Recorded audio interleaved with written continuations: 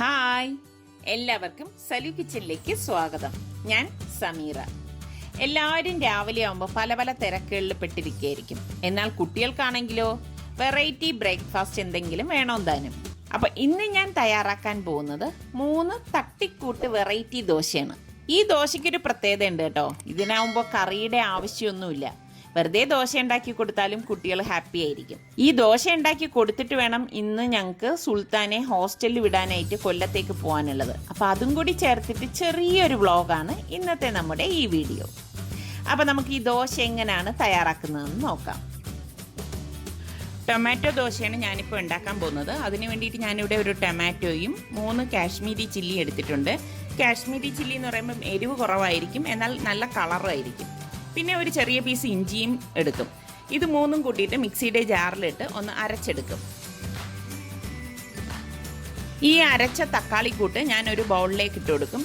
പിന്നെ ഞാൻ നേരത്തെ തന്നെ ദോശയ്ക്ക് വേണ്ടിയിട്ട് ആട്ടി വെച്ചിട്ടുണ്ടായിരുന്നു. ഇതിൽ നിന്ന് 2 വലിയ സ്പൂണ് മാവ് ഞാൻ ഇതിലേക്ക് ഒഴിച്ചിട്ട് ഒന്ന് കലക്കി കൊടുക്കും. അത് പാകത്തിന് നമ്മൾ നോക്കിയിട്ട് വേണം ഇതൊന്ന് കലക്കിയെടുക്കാനുള്ളത്. ദോശ ഉണ്ടാക്കേണ്ട പാൻ ചൂടാകുമ്പോഴേക്കും ഞാൻ ഇതിലേക്ക് കുറച്ച് ബട്ടർ ഒന്ന് ബ്രഷ് ചെയ്ത് കൊടുക്കും. അതിനുശേഷം കലക്കി വെച്ചിരിക്കുന്ന ഈ മാവ് ഞാൻ ഈ പാനിലേക്ക് ചുറ്റിച്ച് വെക്കുകയാണ് ചെയ്യുന്നത്. ഇതിന് പുറത്തേക്ക് ഞാൻ കുറച്ച് ബട്ടർ കൂടി ഒന്ന് ഇതുപോലെ ഒന്ന് തേച്ച് കൊടുക്കും. ഈ ദോശമാവ് ആട്ടിയെടുത്തപ്പോൾ തന്നെ ഞാൻ ഉപ്പിട്ടിട്ടാണ് ആട്ടിയെടുത്തത്. അതുകൊണ്ട് നമ്മൾ ഉണ്ടാക്കുന്ന നേരം ഞാൻ ഇതിലേക്ക് ഉപ്പിടാറില്ല. ഒരു സൈഡ് റെഡി ആകുമ്പോൾ ഞാൻ ഇതിനെ പതുക്കെ ഒന്ന് തിരിച്ചിട്ട് കൊടുക്കും. ഇപ്പോൾ നമ്മുടെ ദോശ ഇവിടെ റെഡി ആയിട്ടുണ്ട്. ഞാൻ ഇനി ഇതൊരു പ്ലേറ്റിലേക്ക് മാറ്റുവാണ്.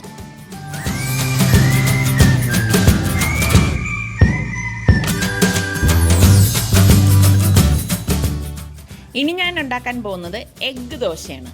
ഇത് കുട്ടികൾക്കൊക്കെ വളരെ ഇഷ്ടമാവുന്ന ഒരു ദോശയാണ് കേട്ടോ. അതിന് വേണ്ടിയിട്ട് ഞാൻ വളരെ കുറച്ച് സവാള ചെറുതായിട്ട് അരിഞ്ഞതും തക്കാളി ചെറുതായിട്ട് അരിഞ്ഞതും ക്യാരറ്റ് ചെറുതായിട്ട് അരിഞ്ഞതും എടുത്തിട്ടുണ്ട്. ഇതിലേക്കൊരു മുട്ട പൊട്ടിച്ചൊഴിച്ചിട്ട് ഇത് പാകത്തിനുള്ള ഉപ്പും ഇട്ട് നന്നായിട്ടൊന്ന് മിക്സ് ചെയ്ത് കൊടുക്കും.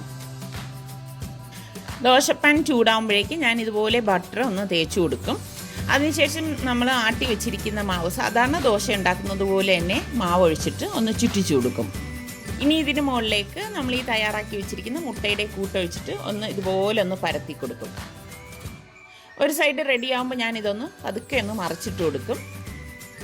മറിച്ചിട്ട ഉടൻ തന്നെ ഇത് റെഡിയായി കിട്ടും. അപ്പം നമ്മുടെ എഗ് ദോശയും ഇവിടെ തയ്യാറായിട്ടുണ്ട്. ഇനി ഞാൻ ഉണ്ടാക്കാൻ പോകുന്നത് ബട്ടർ ചീസ് ദോശയാണ്. അതിന് വേണ്ടിയിട്ട് ഞാനിവിടെ കുറച്ച് വെജിറ്റബിൾസ് എടുത്തിട്ടുണ്ട്. കുറച്ച് സവാളയും ക്യാരറ്റും തക്കാളിയും കൂടി ചെറുതായിട്ട് അരിഞ്ഞാണ് ഞാനിവിടെ എടുത്തിരിക്കുന്നത്.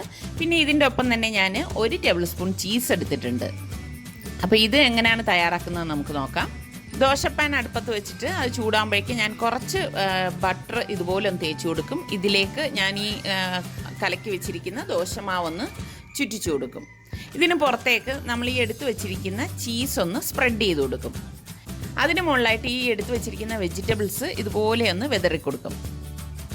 ഇതിന് മുകളിലായിട്ട് ഞാൻ കുറച്ച് ബട്ടർ കൂടി ഇതുപോലെ ഒന്ന് ഇട്ട് കൊടുക്കും. അപ്പോൾ ഈ ബട്ടറും ഇതുമൊക്കെ ചേർന്നിട്ട് ഒരു പ്രത്യേക ടേസ്റ്റാണ്. കുട്ടികൾക്ക് എന്തായാലും ഈ ഒരു ദോശ ഇഷ്ടമാവും. അപ്പോൾ ഒരു സൈഡ് റെഡി ആകുമ്പോൾ പെട്ടെന്ന് തന്നെ ഇതിനെ ഒന്ന് മറിച്ചിട്ട് കൊടുക്കും. മറിച്ചിട്ട് ഉടൻ തന്നെ ഞാൻ ഇത് തിരിച്ചിട്ടിട്ട് പ്ലേറ്റിലേക്ക് മാറ്റുകയാണ് ചെയ്യുന്നത്. ചീസ് ഉള്ളത് കൊണ്ട് തന്നെ അധികം നേരം ഇതിലേക്ക് വെക്കാൻ പാടില്ല. അപ്പോൾ നമ്മുടെ ബട്ടർ ചീസ് ദോശയും ഇവിടെ തയ്യാറായിട്ടുണ്ട്.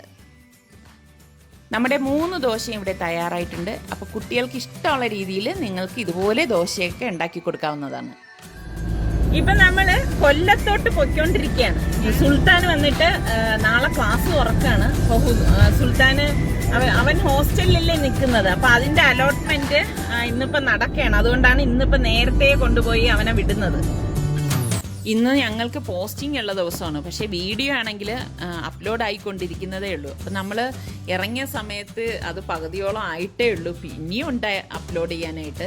അപ്പം അത് കാരണം ഞങ്ങൾ ലാപ്ടോപ്പുമായിട്ടാണ് ഇറങ്ങിയത്. ഇപ്പം നിസാർക്ക് ലാപ്ടോപ്പ് മടിയിൽ വെച്ചുകൊണ്ടിരിക്കുകയാണ്. അപ്പോൾ ഇത് അപ്ലോഡ് ആവുന്നതിനനുസരിച്ച് നമുക്ക് പോസ്റ്റിംഗ് ചെയ്യാമല്ലോ. ഇന്ന് സുൽത്താനെ കൊണ്ടുവിടാനുള്ളത് കൊണ്ട് രാവിലെ തന്നെ ഞാൻ എഴുന്നേറ്റ് ഇവർക്കുള്ള ദോശയൊക്കെ ഉണ്ടാക്കി കൊടുത്തു. പക്ഷേ വീട്ടിൽ കുറച്ച് പണിയുണ്ടായിരുന്നു. അപ്പോൾ അതൊക്കെ കഴിഞ്ഞ് വന്നപ്പോൾ 11 മണി കഴിഞ്ഞു. അതിന് ശേഷമാണ് ഞങ്ങൾ ഇറങ്ങിയത്. രാവിലെ തന്നെ ഫുഡ് കഴിച്ചുകൊണ്ടായിരിക്കണം ഇപ്പോൾ വിശപ്പിൻ്റെ ഒരു സൂചന അവർ തന്നുകൊണ്ടിരിക്കുകയാണ്. കാരണം ദോശ ആയതുകൊണ്ട് എനിക്കൊന്ന് പെട്ടെന്ന് ദഹിച്ചിട്ടുണ്ടാവും. എനിക്കും നല്ല വിശപ്പുണ്ട്. എനിക്കാണെങ്കിൽ രാവിലെയും രാത്രിയും ഫുഡ് കഴിച്ചില്ലെങ്കിലും പ്രശ്നമല്ല, അതെനിക്ക് നിർബന്ധമേ അല്ല. പക്ഷേ ഉച്ചയ്ക്ക് എനിക്ക് നിർബന്ധമാണ് ഫുഡ് കഴിക്കണം എന്നുള്ളത്. അതും നമ്മുടെ നാടൻ ചോറ് തന്നെ എനിക്ക് വേണം. അപ്പോൾ ഇവിടെ ഇവരെപ്പോഴും എന്നെ വഴക്ക് പറയുന്നതാണ് ഞാനിങ്ങനെ ഉച്ചയ്ക്ക് ചോറ് കഴിക്കുന്നതിനോട്. അപ്പോൾ ഞാൻ സംസാരിച്ചുകൊണ്ടിരിക്കുകയാണെങ്കിൽ ഞാൻ ഈ സൈഡിൽ ഏതെങ്കിലും കടയുണ്ടോ എന്നാണ്, നാടൻ ചോറ് കിട്ടുന്ന കടയുണ്ടോ എന്നാണ് ഞാൻ ശ്രദ്ധിച്ചുകൊണ്ടിരിക്കുന്നത്. അതേ നാടൻ മീൽസ് എന്നുള്ളൊരു ബോർഡ് കണ്ടു. അപ്പോൾ നമുക്ക് ഇവിടെ കയറിയിട്ട് ഊണ് കഴിക്കാം.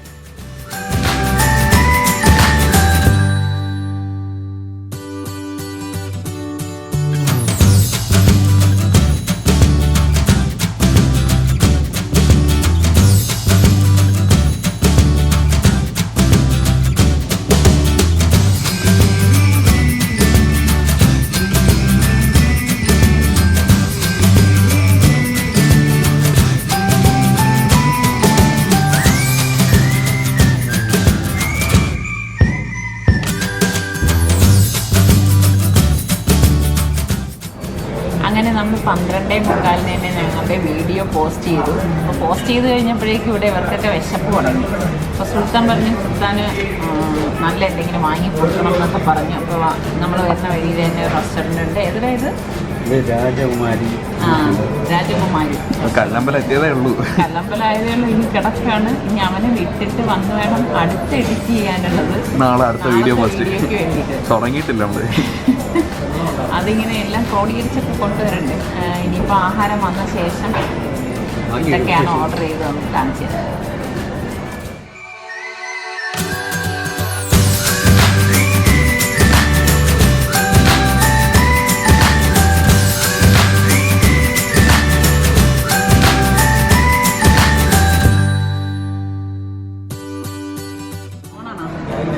കൊള്ളാം കേട്ടോ. നമ്മൾ ഗൾഫിലൊക്കെ കഴിക്കുന്ന ആ ഒരു ടേസ്റ്റ് കിട്ടുന്നുണ്ട്. നല്ല ടേസ്റ്റ് ഉണ്ട്. ഈ ബാക്കിയുള്ളത് കഴിച്ച് തുടങ്ങിയില്ല. കഴിച്ച് തുടങ്ങിയിട്ട് പറഞ്ഞുതരാം എങ്ങനെയുണ്ടെന്നുള്ളത്. നല്ല ചൂടാണ്. ഊണിൻ്റെ ബോർഡ് കണ്ട് കയറിയതാണ്. എനിക്കാണെങ്കിൽ എവിടെ യാത്ര ചെയ്താലും എന്താണെങ്കിലും ഉച്ചയ്ക്ക് ഊണ് തന്നെ കിട്ടണം. അത് കിട്ടിയില്ലെങ്കിൽ എനിക്ക് ശരിയാകത്തില്ല. പക്ഷേ ഞങ്ങൾ കയറിയപ്പോഴാണ് ഇവിടെ വന്ന് ഓർഡർ കൊടുക്കാൻ നോക്കുമ്പോൾ അവർ പറഞ്ഞ് ഊണില്ല, സൺഡേ ആണ്. അപ്പോൾ സുൽത്താന് മന്തി മതി എന്ന് പറഞ്ഞിട്ട് സുൽത്താൻ മന്തിയും റിസ്വാൻ RFC എന്ന് പറഞ്ഞിട്ടുണ്ട്. നമ്മുടെ ഗൾഫിലൊക്കെയുള്ള KFCയുടെ ആ ഒരു ഇതുണ്ട്. പിന്നെ സൽമാൻ ബിരിയാണിയാണ് ഓർഡർ കൊടുത്തത്. അപ്പോൾ ഫുഡെല്ലാം കഴിച്ച് കഴിഞ്ഞിട്ട് ഞങ്ങൾ ലൈം ഓർഡർ ചെയ്തു. രണ്ടുപേര് സോഡ ലൈമാണ് എടുത്തത്, ഞങ്ങൾ സാധാ ലൈം. കൊള്ളായിരുന്നു കേട്ടോ. ഫുഡൊക്കെ അടിപൊളി, നല്ല ടേസ്റ്റ് ഉണ്ട്. ഇത് റിവ്യൂ ഒന്നും അല്ല കേട്ടോ. ഞങ്ങൾ പോണ വഴിയിൽ ഞാൻ പറഞ്ഞില്ലേ ചോറ് കിട്ടുമെന്ന് കരുതിയിട്ട് കയറിയതാണ്. പക്ഷേ ഫുഡ് കഴിച്ചിട്ട് ഞാൻ സാറ്റിസ്ഫൈഡാണ്. ഇവർക്കൊക്കെ ഇഷ്ടപ്പെട്ടു അല്ലേ? എല്ലാവർക്കും ഇഷ്ടപ്പെട്ടു. നല്ല ഫുഡാണ്.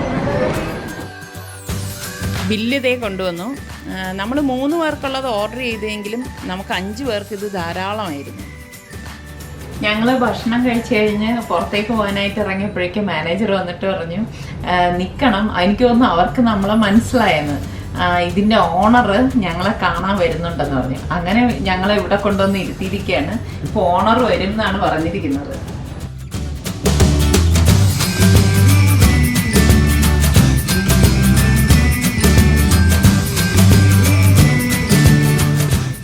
ഓണർ വന്ന് നമ്മളെ പരിചയപ്പെട്ടു. അദ്ദേഹത്തിനൊരാഗ്രഹം ഈ സൂപ്പർ മാർക്കറ്റ് നമ്മളൊന്ന് കാണണമെന്ന്. പക്ഷെ ഞങ്ങൾക്ക് 1 മണിക്കുള്ളിൽ ഹോസ്റ്റലിൽ എത്തേണ്ടതുള്ളത് കൊണ്ട് ഓടിച്ച് അവിടെ എല്ലാം ഒന്ന് കണ്ടു. കൊള്ളാം, നല്ല അറേഞ്ച്മെൻറ്റ്സ്.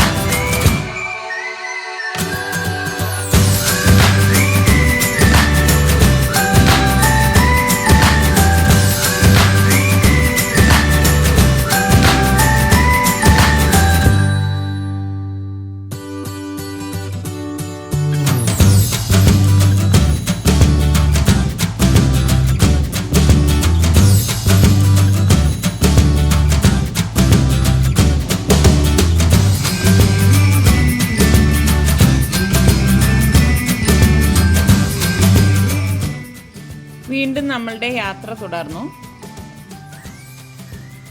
ശരിക്കും നല്ല രസമുണ്ട് കേട്ടോ. റോഡിലൊന്നും അധികം തിരക്കില്ല. പിന്നെ ക്ലൈമറ്റ് ഇടയ്ക്കിടയ്ക്ക് മഴ പെയ്യുന്നുണ്ടായിരുന്നു. അപ്പോൾ അതുകൊണ്ട് തന്നെ നല്ല ഒരു ക്ലൈമറ്റാണ്. ഇതേ കണ്ടോ, ആകാശമൊക്കെ നല്ല ഒരു പ്രത്യേക ഭംഗിയുണ്ട്.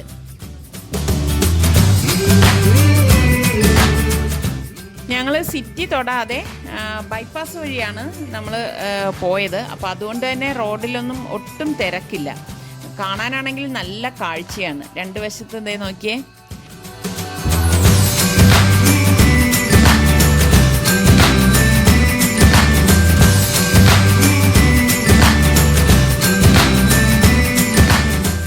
പക്ഷെ റോഡിൽ തിരക്കില്ലെങ്കിലും ഇതേ കണ്ടോ, ആക്സിഡൻറ്റിനൊന്നും കുറവില്ല. അതേ വരുന്ന വഴി നമ്മൾ ആക്സിഡൻറ്റും കണ്ടു.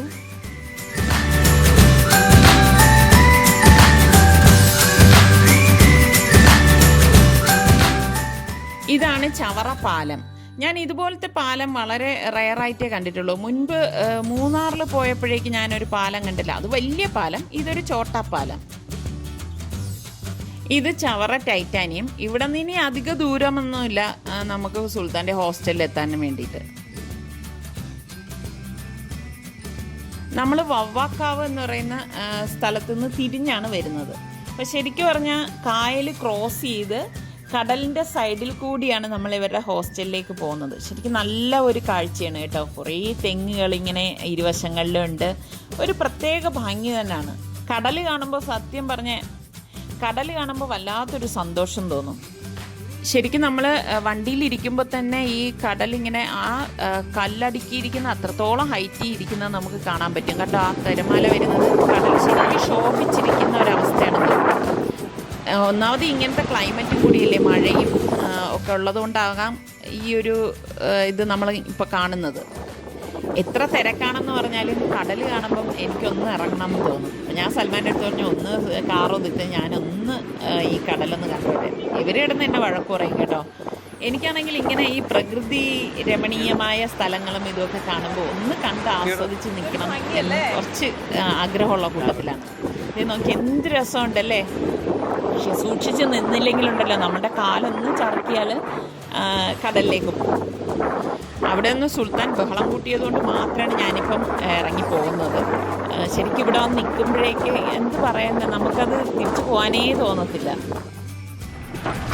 ഇങ്ങനെ സുൽത്താൻ്റെ ലഗേജൊക്കെ എടുത്ത് വെക്കുകയാണ്. കാരണം ഇനിയിപ്പോൾ ഉള്ളത് ഈ ഹോസ്റ്റലിൽ നിന്ന് ഇനി അവൻ്റെ റൂം സീനിയർ ഹോസ്റ്റലാണ്. മെത്ത, ബക്കറ്റ്, തലേണ. ഇന്നതേ നമ്മൾ ഹോസ്റ്റലിൽ നിന്ന് ഇപ്പോൾ കോളേജിലേക്ക് പോവാണ്. അപ്പോൾ കുറച്ച് നടക്കാനുണ്ട് കോളേജിലേക്ക്. ഇപ്പോൾ നിസാറിക്കയും സൽമാനും സുൽത്താൻ്റെ ലഗേജൊക്കെ ആയിട്ട് കാറിലാണ് അങ്ങോട്ടേക്ക് പോയിക്കൊണ്ടിരിക്കുന്നത്. ഞങ്ങളിവിടെ നിന്ന് നടന്നു പോവാണ്. പക്ഷെ എന്തൊരു ഭംഗിയാണെന്നറിയാവോ. ഇത് കണ്ടോ, ഈ ബ്രിഡ്ജ് കയറുമ്പോൾ ഞാൻ കാണിച്ചു തരാം. രണ്ട് സൈഡിലും ഇങ്ങനെ കായൽ, അതിൻ്റെ സെൻറ്ററിലാണ് ഈ ബ്രിഡ്ജ് വന്നിരിക്കുന്നത്. നല്ല രസമാണ്. കുറേ ബോട്ടും ഒക്കെ ഇങ്ങനെ കിടപ്പുണ്ട്. ശരിക്കും ഈ ഹോസ്റ്റലിൽ നിന്ന് ലഗേജൊക്കെ കാറിലെടുത്ത് അത് ചുറ്റി, അതായത് ഈ ഒരു വഴിയിൽ കൂടി വണ്ടിയൊന്നും പോകത്തില്ല. അപ്പോൾ നമ്മൾ റോഡിൽ നിന്ന് ചുറ്റി വേണം കോളേജ് ക്യാമ്പസിലേക്ക് വരാനായിട്ട്. അപ്പോൾ ഏകദേശം ഒരു 5-6 കിലോമീറ്റർ ഉണ്ട് അങ്ങനെ വരാനാണെങ്കിൽ. അപ്പോൾ നമ്മൾ ഷോർട്ട് കട്ട് ആണ് നമ്മൾ ഈ ക്രോസ് ചെയ്ത് പോകുന്നത്. അതും അത്യാവശ്യം ദൂരമുണ്ട് കേട്ടോ നടക്കാനായിട്ട്. നല്ലൊരു ഭംഗിയാണ്. ഇതേ നോക്കിയേ, അവരുടെ കോളേജ് ക്യാമ്പസിൻ്റെ തന്നെ വഴിയാണിതെല്ലാം. നമ്മൾ ഈ പാലത്തിൽ കയറുമ്പോഴായാലും ആ തോണിയൊക്കെ വരുന്നത് കണ്ടിങ്ങനെ നിന്ന് പോകും. എന്നെ ഈ സുൽത്താൻ ധൃതി കൂട്ടുന്നതുകൊണ്ട് മാത്രമാണ് ഞാൻ ഇവരുടെ കൂടെ ഇങ്ങനെ നടക്കുന്നത്. ശരിക്കും കണ്ടാലും നമുക്ക് മതിവരാത്ത കാഴ്ചകളാണ്.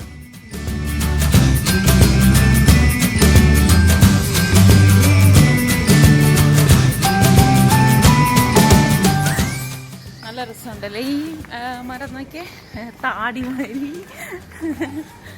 ആള് അല്ലേ. ഞാൻ മുറിച്ചാണ്, കുറേ ഉണ്ടായിരുന്നു. ഇനിയാണ് നമ്മുടെ കോളേജ് എത്താൻ പോകുന്നത്. ഇവരുടെ ക്യാമ്പസ് കാണാനുണ്ടല്ലോ, അടിപൊളിയാണ് കേട്ടോ. ശരിക്കും എന്തൊരു ഭംഗിയാണെന്നറിയാവോ. അത് നമ്മൾ ശരിക്കും ഞാൻ ഇതിൽ കാണിച്ചാൽ അത് എത്രത്തോളമൊക്കെ വരും എന്ന് എനിക്കറിയത്തില്ല. നേരിട്ട് ഇതൊന്ന് കാണണം. ഒരു കൊട്ടാരം തലയുയർത്തി നിൽക്കുന്നത് പോലെയാണ് നമുക്ക് ഈ ക്യാമ്പസ് കാണുമ്പോൾ തോന്നുന്നത്. അത്ര ഭംഗിയാണ്. നല്ല ഒരു ഗ്രീനറിയും ശരിക്കും ഈ ക്യാമ്പസ് കാണുമ്പോഴേക്ക് എനിക്ക് തന്നെ കൊതിയായിട്ടുണ്ട്. ഫസ്റ്റ് ഞാൻ സുൽത്താനെ വിടാൻ വന്നപ്പോഴേ ചോദിച്ചു, ഞാനൊക്കെ ഈ ക്യാമ്പസിലാണ് പഠിച്ചിരുന്നെങ്കിൽ എന്ന് കൊതിച്ചു പോകും. അത്ര എനിക്ക് കേട്ടോ, എല്ലാവരുടെ കാര്യം എനിക്കറിയത്തില്ല. ഇപ്പോൾ സുൽത്താൻ സീനിയേഴ്സിൻ്റെ ഹോസ്റ്റലാണ്. അത് വന്നിട്ട് ക്യാമ്പസിൻ്റെ കുറച്ചടുത്ത് തന്നെയാണ്. ഇതാണ് അവരുടെ ഇപ്പോഴത്തെ ഹോസ്റ്റല്. ഇപ്പോൾ സുൽത്താനുള്ള മുറി കണ്ടുപിടിച്ചു. ഇപ്പം വണ്ടിയിൽ നിന്ന് സാധനം എടുക്കാനായിട്ട് സുൽത്താനും റിസ്വാനും കൂടി പോവുകയാണ്. സുൽത്താനെ ഹോസ്റ്റലിലാക്കിയിട്ട് ഞങ്ങൾ അവിടെ നിന്ന് ഇറങ്ങി. ശരിക്ക് അവരൊക്കെ കോളേജിലായാലും കൊച്ചിനെ ഹോസ്റ്റലിലേക്ക് വിട്ടിട്ട് വരുമ്പോൾ ഒരു നഴ്സറി കുട്ടി അവർക്ക് അത് ഫീൽ ചെയ്യുന്നില്ലായിരിക്കും. എനിക്ക് ആ ഫീലിംഗ് ഉണ്ട്. കൊച്ചിനെ നമ്മൾ നഴ്സറിയിലാക്കിയിട്ട് പിരിഞ്ഞു വരുമ്പോൾ ഒരു വിഷമം ഉണ്ടല്ലോ, അത് എനിക്ക് ഫീൽ ചെയ്യുന്നുണ്ട് കേട്ടോ. അവർ ഹാപ്പി ആയിരിക്കും ചിലപ്പോൾ.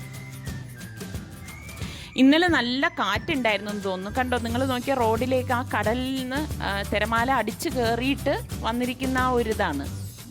ശരിക്കും ഇപ്പോൾ കടലിൽ ശോഭിച്ച് തന്നെയാണ് ഇരിക്കുന്നത്. നല്ല ഭംഗിയുണ്ടല്ലേ റോഡ് നോക്കിയേ. ഇങ്ങനെ ശരിക്കും ഇങ്ങനെ കണ്ടാലും മതി വരത്തില്ല നമ്മളിങ്ങനെ പോകുമ്പോഴേക്ക്. ഇതാണ് നീണ്ടകര പാലം. ഇവിടെ എത്തുമ്പോൾ ഞാൻ നീണ്ടകര പാലം എന്നൊന്നും പറയണ്ട കേട്ടോ, ഒരു പ്രത്യേക സ്മെല്ലാണ് ഇവിടെ എത്തുമ്പോൾ. അപ്പോൾ ഇതൊക്കെ തന്നെയാണ് ഇന്നത്തെ വിശേഷങ്ങൾ. അപ്പോൾ ഈ വീഡിയോ നിങ്ങൾക്ക് എല്ലാവർക്കും ഇഷ്ടമായെന്ന് വിശ്വസിക്കുന്നു. ഇനി അടുത്ത നല്ലൊരു എപ്പിസോഡുമായി വരുന്നതുവരെ എല്ലാവർക്കും ബൈ.